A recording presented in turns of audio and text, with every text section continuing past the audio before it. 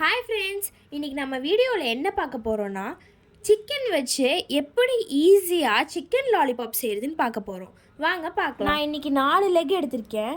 அந்த 4 லெக்கையும் நான் அறுக்கிற மாதிரியே அறுத்துக்கோங்க. கால் பக்கத்தில் இப்படி வெட்டிக்கோங்க. அதை அப்படி கட் பண்ணிட்டு இப்படி மேலே தூக்கணும். அப்படி தூக்கினா தான் அதுக்கு பேர் சிக்கன் லாலிபாப். அதே மாதிரி எல்லாத்தையும் பண்ணி எடுத்துக்கோங்க. இப்படி பண்ணி எடுத்துக்கணும். இப்போ நம்ம டாப்பிங்ஸ் ஆட் பண்ணிக்கலாம். மிளகாத்தூள், இஞ்சி பூண்டு பேஸ்ட், டார்க் சோயா சாஸ், தேவையான அளவு உப்பு. இப்போ நல்லா கலந்துக்கலாம். நல்லா கலக்குங்க, நல்லா மேரினேட் ஆகணும்.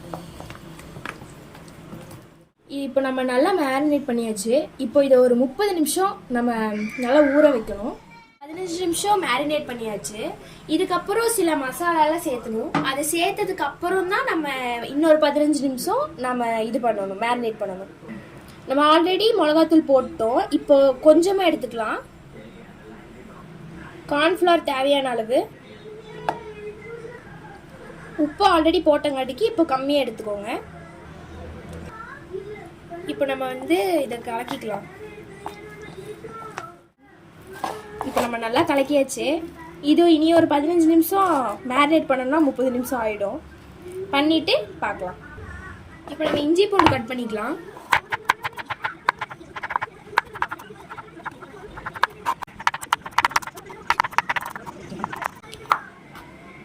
அடுத்து 2 பச்சை மிளகாய் எடுத்துக்கோங்க. இதை நான் வெட்டுற மாதிரியே வெட்டணும். இப்படி இந்த ட்ரையாங்கிள் ஷேப்பில் வெட்டுவாங்கள்ல, அந்த மாதிரியே வெட்டிக்கோங்க. பெருசு பெருசாக வெட்டிக்கோங்க. ஆல்ரெடி நம்ம மிளகாத்தூள் போட்டிருக்கோம், அதனால் இது ரொம்ப காரமாக இருப்போது.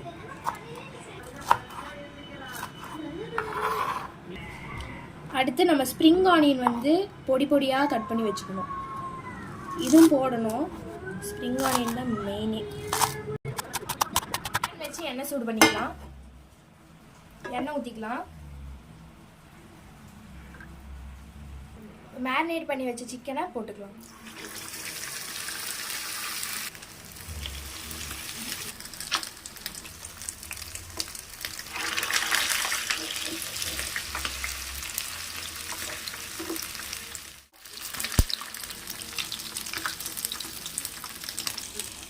நல்லா வெந்துருச்சு, நம்ம எடுத்துக்கலாம்.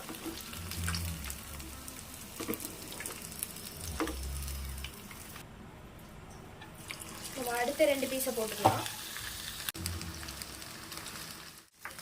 இப்போ 3 போட்டுக்கலாம். நல்லா வேகணும்.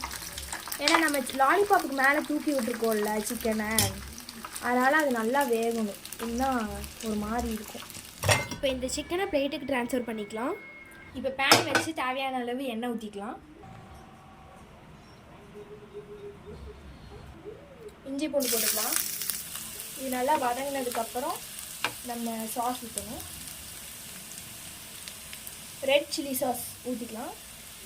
நான் ஊற்ற அளவே ஊற்றுவேன், தேவையான அளவு. கொஞ்சம் தெரிக்கும்.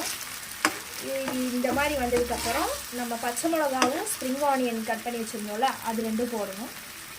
பச்சை மிளகா, onion, spring onion.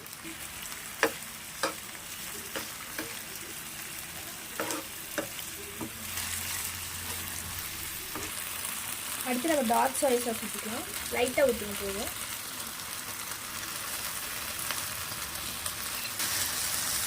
Soya sauce ஊற்றினதுக்கப்புறம் cornflour மாவும் தண்ணியும் கலக்கி வச்சுருக்கு, இது ஊற்றணும். ஊற்றிட்டு நல்லா கலக்கிக்கோங்க. அடுத்து சிக்கன் போட்டுக்கலாம். இப்போ நம்ம நல்லா அந்த மசாலா அது மேலே ஒட்டுற மாதிரி கலக்கிக்கணும். அடுத்து பிளேட்டிங் பண்ணிக்கலாம்.